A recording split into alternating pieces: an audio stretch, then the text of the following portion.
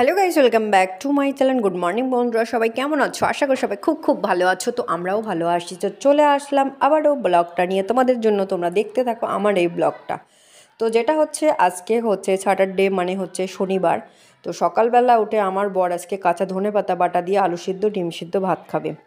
তো যাই হোক, সকালবেলা চলে আসলাম রান্নাঘর। সর্বপ্রথম হচ্ছে কালো জিরে ফোড়ন দিয়ে ধনেপাতাটাকে পেস্ট করে নিয়েছি মিক্সচারে। তো এর মধ্যে আমি ঢেলে দেবো ওই রসুন দিয়েছি 2 কোয়া, আর 3টে কাঁচা লঙ্কা দিয়েছি। ব্যাস, সর্ষের তেলের মধ্যে কালো জিরে ফোড়ন দিয়ে ধনেপাতাটাকে দিয়ে দিলাম। তো এই হালকা করে নেড়ে চেড়ে, মানে যতক্ষণ পর্যন্ত জলটা শুকায়নি ততক্ষণ নাড়তে থাকবো। কারণ কাঁচা ধনেপাতা খেলে একটা কিন্তু গ্যাস হয়ে যায়।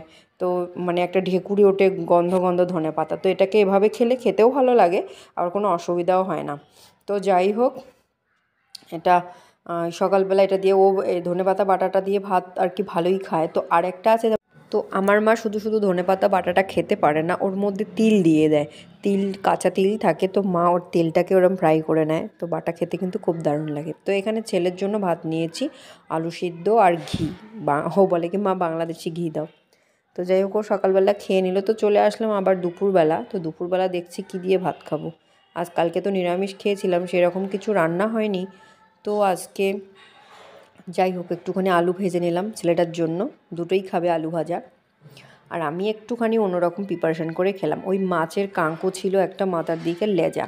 তো লেজাগুলো তো সবাই খেতে পারে না, না কাঁটাগুলো লেগে যায়, মাছ খেতে অসুবিধা হয়ে যায়, বা লেজাটা অনেকে বেছে বেছে খেতে পারে না। তো যাই হোক, যেমন বৈশালীর লেজা খেতে পারে না, আমি একটু লেজা খেতে পারি, ভালোই লাগে খেতে। তো আমি এবার কি করলাম, তো এটা দিয়ে আজকে আমরা দুজনে মিলে ভাত খাবো। তো সেই জন্য লেজাটাকে একটু নুন হলুদ মেখে, কাঁকোটাকে নুন হলুদ মেখে ভেজে নিলাম। নেওয়ার পর 3টে টমেটো দিয়েছি, 2টো টমেটো দিয়েছি। দেওয়ার পর ওই 4টে কাঁচা লঙ্কা, 4-5টা রসুনের কোয়া ছুলে ওর মধ্যে দিয়ে দিলাম। তো একটুখানি নুনও দিয়ে দেবো, নুনটা দিয়ে দিলে টমেটোটা একটুখানি মজে যাবে। তো এটা সাতিয়ে ভালো করে নিয়ে এটা নামাবো। তো এরকম করে খাবারটা খেলে কিন্তু ভালোই লাগে বেশ। ওই পটলের চোকলা বাটা, তারপর লাউয়ের চোকলা বাটা, সব লাউয়ের যে বীজ যেটা হয় সেটার বাটা খেতে কিন্তু হেভি লাগে, দারুণ লাগে। তো শীতকাল পড়েছে, এরকম অনেক রকমের সবজি অনেক কিছু করেই খাওয়া যায়। তো যাই হোক, মাছটাকে আমি এরকম করে নিলাম। তো কাঁটাগুলোকে এখন বেছে বেছে নেবো। খুব গরম, ধরতে পারছি না, এতটাই গরম লাগছে আর কি। তো যাই হোক, এখন মাছের কাঁটাগুলোকে এভাবে তুলে তুলে নেব। তো লেজা ভাজা তো সব থেকে ইজি, উপরে মাছগুলোকে তুলে নিলাম, আর পরে যে কাঁটাগুলো থাকবে ওগুলো তো নেবই না। তো বিশেষ করে ইলিশ মাছের ভর্তা করতে কিন্তু খুব কষ্ট হয়। ইলিশ মাছের লেজাতে প্রচুর কাঁটা থাকে, ওটা তো ছড়িয়ে ছিটিয়ে থাকে। এই মাছগুলোর তো শুধু উপরে মাছটাকে তুলে নেওয়া যায়, আর কিন্তু খেতে খুব ভালো লাগে। তো বিভিন্ন রকমের ভর্তা, মানে বাংলাদেশে বিশেষ করে বেশিরভাগ ভর্তা দিয়েই লোকেরা ভাত খায়, কারণ সেরকমভাবে করে, খেতে ভালো লাগে। এক থালার জায়গায় 2 থালা ভাত খাওয়া যায় আর কি। তো সেরকমভাবে করে। তো শুটকি মাছের প্রিপারেশন যেমন ওখানে অন্যরকম, আমি শাশুড়িমার কাছ থেকে শিখেছি, সেটা আবার আরও অসাধারণ। যে খায় না সেও বলবে যে একটুখানি খেয়ে দেখি, মানে এরকম। একবার যদি খায় তো সে বলবে কি, না আমি আর জিনিসটা ছাড়বো না, খুব মানে ভালো হয়েছে খেতে, খুব ভালো লাগছে। তো যাই হোক, এক একজনকার হাতে এক এক রকম রান্না হয় বা খাবার দাবার হয়, কিন্তু ভালো হয়।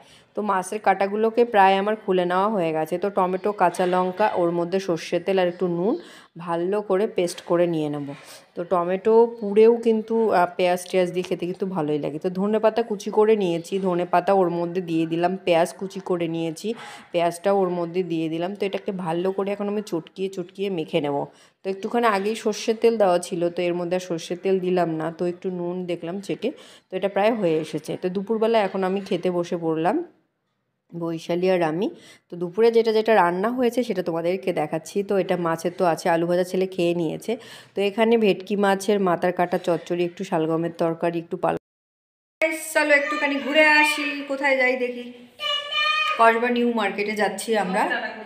তো চলো সবাই যাই, আমিও যাচ্ছি। আমাকে টাটা করছিস, আমিও যাচ্ছি, তুই ভাবিস না আমি যাচ্ছি না। হয়েছে, আমাকে বলছি কি টাটা, দরজা খুলতে পারছিস না? আচ্ছা দাঁড়া, চল চল। সোয়েটার একটা নিয়ে নিয়েছি, গেল, লেগেছে, গেল। মা ব্যথা পেয়েছে, মা ব্যথা পেয়েছে, গেল। তো দরজাটা দিলাম না, এরকমই থাকে। তো চলো এবার,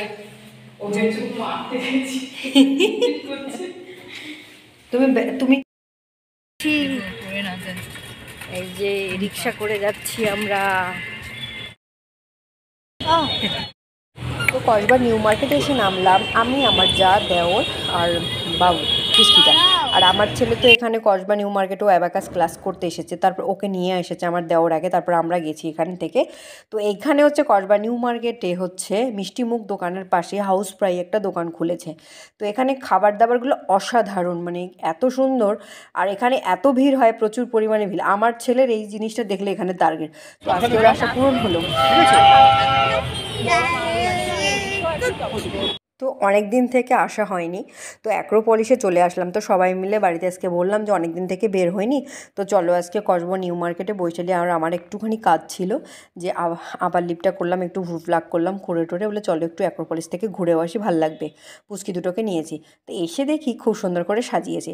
তো এখানে একটা করে কিন্তু অ্যাক্রোপলিসের শো হয়, সেই শো হচ্ছে বাচ্চাদেরকে নিয়ে, হয়তো শোটা হয় স্যাটারডে সানডে। তো হয়ে গেছে, আমরা দুর্ভাগ্যের বিষয় আমরা দেখতে পেলাম না। তো ওই 4টে থেকে নাকি 7টা পর্যন্ত, 6টা থেকে, যাই হোক ওটা লেখা ছিল, আমি ঠিক সঠিক বলতে পারছি না। তো আমরা তো, আমার ছেলে তো 6টার সময় বেরিয়েছে। তো আমরা ওখানে ওই হাউস ফ্রাইয়ের ওখানে ঢুকেছিলাম, তো একটুখানি ওই কেএফসি চিকেন খেলাম আর কি, টমেটো সস দিয়ে। তো আমার ছেলের মানে ওটা মাথা খারাপ করে দেয় দেখলেই।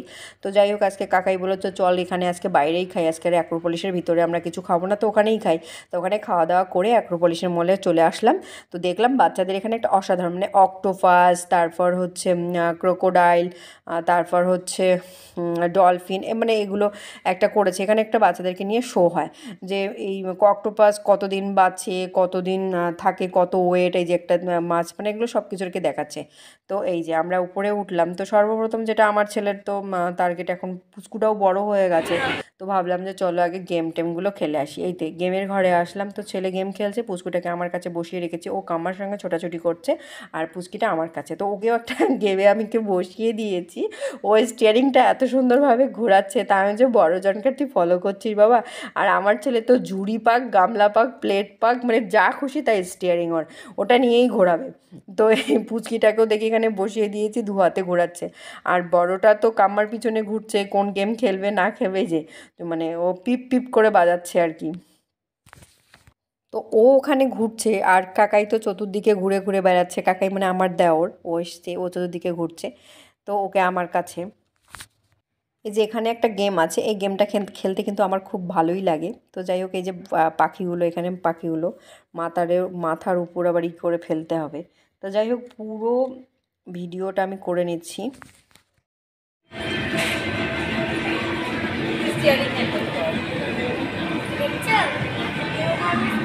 নিজের পাটা স্টিয়ারিং এ হাত যায় না, বাদিকে হ্যাঁ, ডান দিকে হ্যাঁ, এই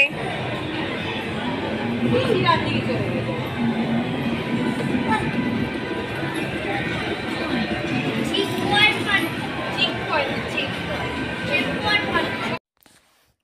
তো যাই হোক এ এখনও কিছু অতটা বোঝে না, তো ওকেও একটা মানে বসিয়ে দেওয়া হয়েছে একটা গাড়ির মধ্যে, যে এটা হচ্ছে বাইকে ওকে বসিয়ে দেওয়া হয়েছে, ও শুধু দেখছে। তো পাশে টম অ্যান্ড জেরি আছে, তো তাকেই ওই হাতে দিয়ে নাড়ানাড়ি করছে। তো বাবা একদিকে ধরেছে আর মা একদিকে ধরেছে, আর আমার ছেলে পিছনে। তো আমি তো ক্যামেরাম্যান, ভিডিও করে যাচ্ছি আর কি। তো যাই হোক দিনটা ভালো কাটলো, আজকে সন্ধ্যাটা সারাদিন ভালোই কাটলো। আর আমি এই যে একটুখানি ফটোশ্যুট করছি, আর এই যে এখানে পুচকুটা দৌড়াদৌড়ি করছে, এই জায়গাটা ফাঁকা জায়গা পেয়েছে নিচে, তো এখানে ফাঁকা জায়গা পেয়েছে। তো সব দেখা হলো, বেরিয়ে আসলাম। তো ব্লগটা এখানেই শেষ করছি। সবাই খুব খুব ভালো থাকো, সুস্থ থাকো, আবারও ব্লগ নিয়ে আসবো তোমাদের কাছে, নতুন ব্লগ। তো সবাইকে টাটা। আর এই যে পুচকুটা এখানে মানে পাশে শো হচ্ছে, তো সেই গান বাজনায় ও তালে তালে হাততালি দিচ্ছে। টাটা।